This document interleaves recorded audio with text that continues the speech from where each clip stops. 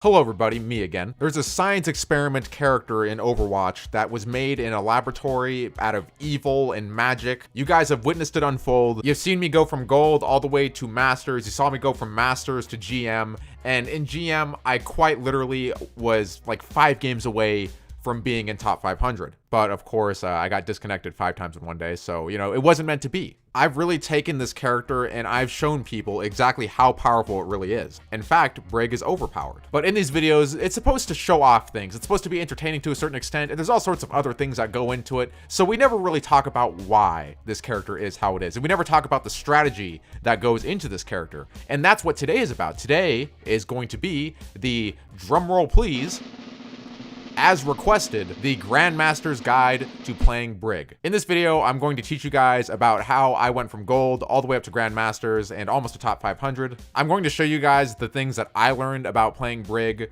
because when I actually did the This Is How Sad Overwatch video I had like 2 hours on her, and then now I have like 60 hours. So in that time, I learned a lot of things in the overall strategy of it and how to really abuse this character. People like to throw around like, oh, Brig abuser and all that. Like, at this point, it's a character in the game, and if it's allowed in the game, you might as well do it. Kind of sucks to say, but the current state of Overwatch balance is like kind of embarrassing, but whatever. This is a happy video. This is a learning video, and I'm excited to do this. I've been wanting to do this for a while, and I was going to do this, but the thing is like, it's kind of hard. I wasn't quite sure because I didn't want to do like, follow these steps and you will be good. Because that's not how it works. It's like coaching in a way. I'm not gonna fucking make you guys pay me just for me to be like, all right, what could have you done better? Show me your stats. Don't forget to have your mouse sensitivity at this. I've gotten so much pussy that I have to ice my balls, so I'm not going to do that to you guys. I want this to be as organic as possible. I will be including bullet points and tips in this, but it's not going to be like a verbatim, like, all right, these are the steps to being good. This is just gonna be a reasoning as to why I do things that I do when I play Brig and the best things that I found playing Brig. And I'm going to teach you guys that because a lot of this stuff is very obvious stuff that players really should be utilizing, but they don't. I'm sure by now some of you have already commented saying, oh, well, all you have to do to get to masters is just play Brig. Why are you even making this video? Well, you see, the thing is that this character is like a car in a way. You get in and you just hold down the gas pedal. And yes, that absolutely will get you to masters. I've proven that. It's very goddamn easy. But the point of this is, according to Blizzard's website, this is a 1-star difficulty character. Anybody can use this character to get to masters, but it takes just a tiny bit of thought and understanding to really take it like really far to GM and nearly top 500 like I did. And as a good example in comparison of this, Doomfist is disgustingly overpowered. I know that you guys are going to be pissed off. Anytime that balance is brought up in any scenario on Overwatch, people are pissed off about it. Doomfist is overpowered. He should be removed. Remove him from the whole game. Remove Brig too. But the difference between Brig and Doomfist is that Doomfist is a throw or carry character. Unlike Brig, you can't just pick up Doomfist and immediately be an asshole with him. If you don't have the very limited game sense that you need to play Doomfist, then yeah, absolutely, you're not going to be able to do much climbing with him, and you're going to do bad with your team. But with Brig, for the most part, I'd say that anybody can pick this character up and just take him straight to masters. I'm the stepdad of the internet, but today, I'm the step substitute teacher dad. And today's lesson is Brig, and the first part of our lesson that I'm going to teach you guys is Brig is not an armor character. Armor, don't do it.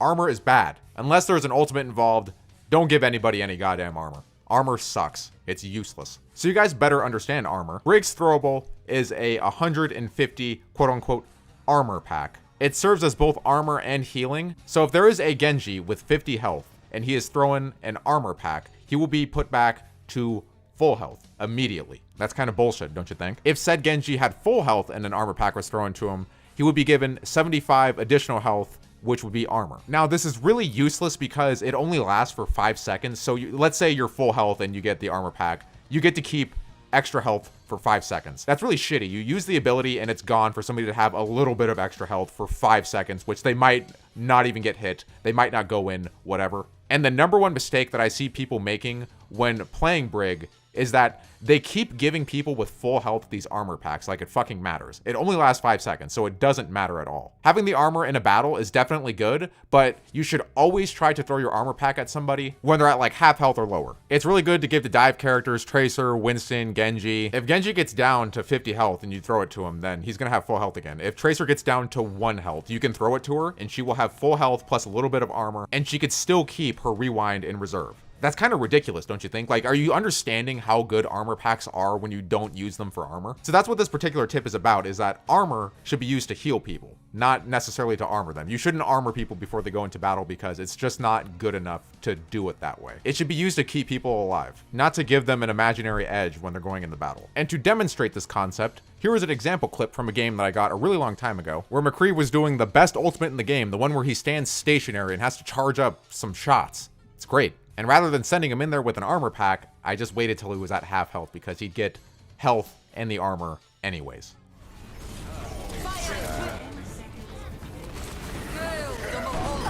Oh, nice. Huge. Oh, it's huge. It's super winnable. Just kill our Zarya. Our Zarya will win. Creeped up. Coming up is Wrecking Ball. Nice. Huge. Huge high noon. So McCree goes into high noon. He has the nano boost for some reason. This was our last push, so we were just giving him all we had. You see he gets to half health there, and I throw him the armor pack, which puts him back to full health with a little bit of armor. Wow. He then goes on to get 3 people with his high noon. Now, would he have died had I not given him the armor pack? The possibility exists, and that's the point of this, is that if he had the fucking armor pack right away, he would have only had the extra 75 health. But instead, because of being half, he got 100 health plus 50 armor. Health good, armor bad. Next lesson. What we're going to talk about next is about healing. A lot of people don't realize that you don't have to be right next to Brig to get the aura healing, whatever it's called. Inspire. God forbid they just call it like anything else, but radius healing, her area of effect when she hits people, that good shit. I'm going to start with the interesting part first that'll help you out the most, and that is that if you don't have your throwable and you need to heal somebody at a distance, the whip is such a powerful thing to do to heal somebody. If somebody needs a little pick-me-up, you can do the whip, which goes 20 meters away. You can hit an enemy that is fighting a teammate, and your teammate will be healed because the aura healing has a radius of 20 meters. And here's a pre-recorded example of that. Don't have an armor pack to throw? No problem. You can just whip attack somebody, and wow, magically they're being healed from across the map. And then you can throw their armor pack at them. This is just a really good tip that I can give though, because people don't understand that Brig is, dare I say it, a healer. And despite being a really powerful character that can fight enemy teams like entirely and be fine or have little to no repercussions, the whole healing aspect of Brig is actually really good if you know exactly what to do. So if you don't have your throwable, your person will just die if you don't do anything. So what do? You do the whip attack. You try to hit somebody from far away, and since the healing radius is that far, it gives them just enough health to survive. And I find that I use this the most with dive characters. Brig is really great with dive characters, and having a Genji or a Tracer or a Winston fighting somebody and then going over towards them and doing the whip attack while keeping your distance. Maybe you're fighting on the cart and they're fighting somebody from a distance. That's so good because they get to stay over there and have a little bit of health and probably pick off that person while you're defending the cart. All it takes is one whip attack. It's a very clutch move, and this isn't even to mention the fact that on top of healing somebody from really far away, it's doing 70 damage, 70 whole ass damage to somebody while healing the person from really far away.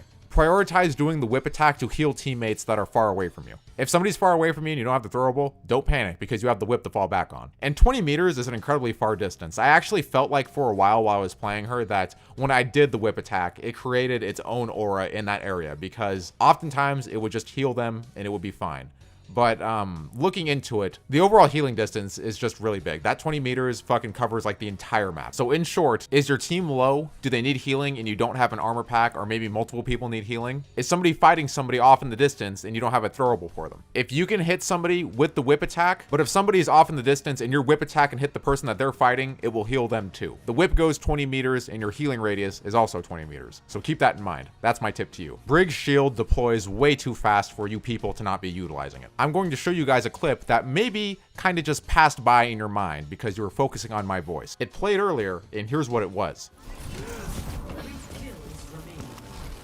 Thanks.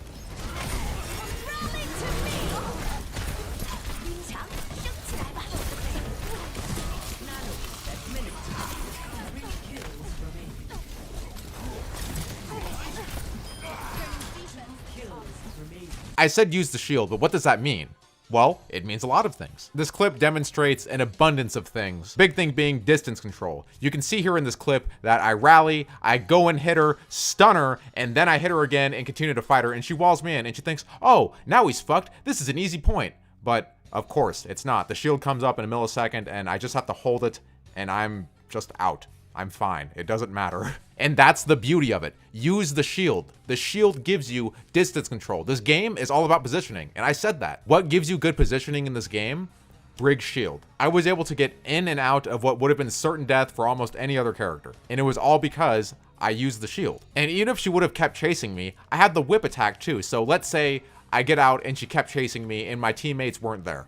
I would have just used the whip attack and I would have pushed her away. It would have put her back like a good 5 meters or whatever it is. And then I would have just walked away scot-free. Brig has the ultimate distance control kit. To be a little bit more specific, and this will be a kind of like a chatty part, I'll try to make it be as quick as possible. I recorded talking about this for 6 minutes, so I'm just gonna try to get it out of the way in 1 minute. When you're fighting people, you should be trying to predict when they're shooting at you and put up your shield. Her shield deploys in a millisecond. And since it does deploy that fast, it's really good for when you're swinging on somebody to just put it right back up, and then it blocks whatever, put it right back down, swing at them, do the whip attack, you're good, dude. And have you guys realized that I haven't even brought up the shield bash yet? You'll notice that I go in and I actually swing on her first and then I shield bash. A lot of people like to shield bash first and then fight, but that's not necessarily the best thing to do.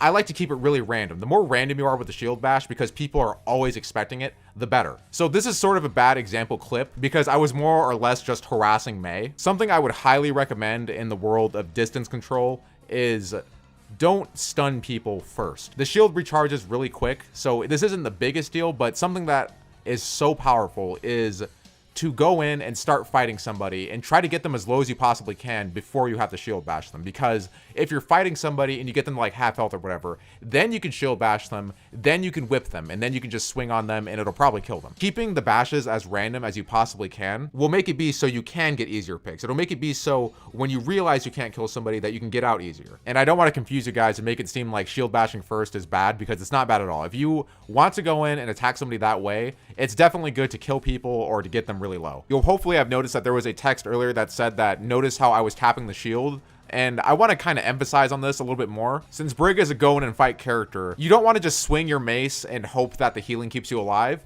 The healing is very good and it will keep you alive and it will help you stay up a lot longer if you didn't have it. But what will make sure that you absolutely stay alive is that in between fighting is that you tap up the shield and you tap it down. It comes up instantly. Seriously, you try it out. You open up your game right now and you pick Brig. If you just tap right click, the shield is instantly deployed. So with that concept in mind, when you're fighting people, just tap up the shield, tap it down, try to predict when people are going to shoot at you while you're fighting them, and swing in between. And what's really good about this is that it kind of ties into what I said about wanting to be random. So when you're being random with it, people will think that you're going for a shield bash. They're not going to really expect you to be actively trying to block stuff, because generally speaking, in lower levels, and I would say even in lower masters, people will just hold up the shield with Brig. It's good to hold up the shield to avoid what you think is an imminent death, but it's not good to hold it up when you're fighting somebody. If you have a fighting chance and you have an opportunity to eliminate them, then in that instance, you should be tapping the shield, swinging on them,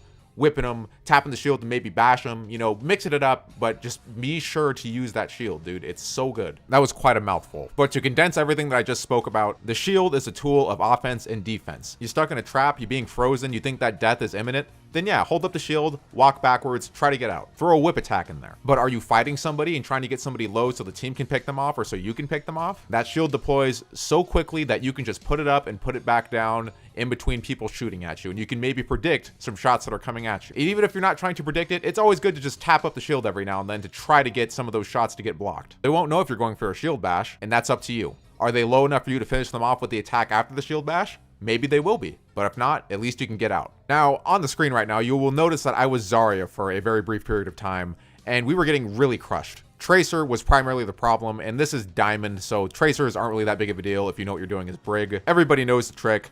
Bash, hit them, whip them, they're dead. And that is a great technique. It works. But you won't always run into Tracers that will let you do that. A lot of people don't understand this, and here's a lesson for you DPS people out there. You can blink through the shield bash. It's very, very easy. Tracer is relatively balanced, but certain aspects of her being able to blink and rewind and stuff like that is really forgiving for her character. And the reason Brig exists is to punish Tracer and Genji. In my opinion, controversial opinion, they're both very, very babied characters.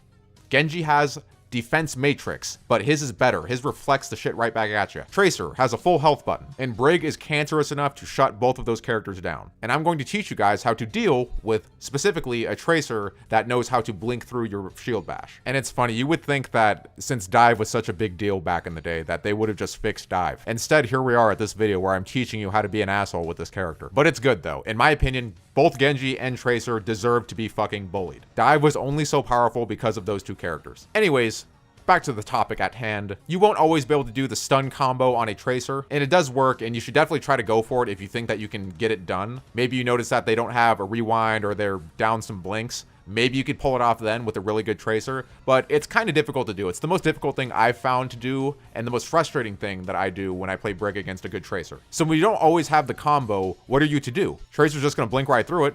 How could you possibly shut her down? Well, my friends, it's very easy. Don't shut her down. Fuck her. Brig is a frontline character, but in the instance that there is a good dive character, specifically Tracer, but you can pick whoever, hang out with your healers in the back. Go in and swipe at people so that way you can get your healing aura going, but hang out in the back, save your armor packs for your healers, try to protect them, because who's Tracer going to be going for? That's right, the other healer. Don't buy into Tracer's bullshit. She's an annoying character, and that's what Tracers want, is to annoy you and to get easy picks. So rather than wasting your abilities trying to one-shot her and get her dead, you should do the same thing and annoy her. What I personally like to do when there's a good Tracer is I'll throw the whip attack at her because they think that I'm going to chase them. I will throw the whip attack at them. It'll put them down to 70 health or whatever it is that it does. At that point, they will be really low. Maybe I'll chase a little bit and I'll try to swing at them, but fuck the shield bash. You know, you want to keep that Tracer low so that way if they do go in, that's your territory and you will be more likely to shield bash them and get them dead. You want them to come to you and you want them to be at constantly low health. And the whip attack is the best way to do this. A Tracer doesn't need to be dead to be useless. And that is the point of this tip. That is the overall tip. If you keep Tracer at low health at all times, hopefully your team will pick her off, but she won't want to go in and fuck with your other support. So hang out, protect your other support, and just throw that whip at Tracer. And it's so easy to hit people with the whip, so just throw it at Tracer, and she'll be really confused as to why you're not chasing them. Just keep the Tracer far away, and then if they do try to go in, I would say try shield bashing them then. But if you keep a Tracer at low health, they're going to feel like they can't go in and attack you because they're going to know that you still have the shield bash. So don't just kill her. If you can kill her, definitely do it, but keep them at low health. Make them wish that they were fucking dead because they're not doing anything. Make their team get so pissed off at them for fucking hanging around and going in and being bashful about picking off supports and then not doing it because they don't have enough health. They're going to start fighting with each other. It's almost like a mental game. Oh, I'm Tracer. I don't have heals. Well, they have a Brig. I don't want to switch. This will all be because you're keeping them at a distance with your distance control kit by whipping them away. And in regards to this whole topic of fighting Tracer or dive characters or just fighting in general, here's an interesting tip that I unfortunately don't have a good example of. If any of you old people out there played TF2, you will remember something called a matador stab. And it's where you essentially bait somebody into running into you and then you run right back at him and backstab him. What I like to do is the exact same concept as that with Brig, where I will try to bait somebody into running into me, and then I will shield bash them and start fighting them and maybe get that easy pick. Like in TF2, the way that you want to do this is like from around a corner or like having cover where they can't see you and they're going to not understand what's really going on. They're going to think you're running away and they're going to be enticed to chase. All right, so a rational player will think, okay, the reticle's on the wall. If I were to shield bash, then I will go straight into the wall. Now, a thing that you can do, and something that's going to be a recurring theme in this since I have a lack of footage to really demonstrate it in real games, is that this character is based around picks and bait, and also just being all around fucking annoying. Naturally, you wouldn't want to charge into this because you will just, you know, go into the wall and you won't hit anybody. But the thing is that Brig will actually go around walls. See, reticle's still on the wall. He's dead.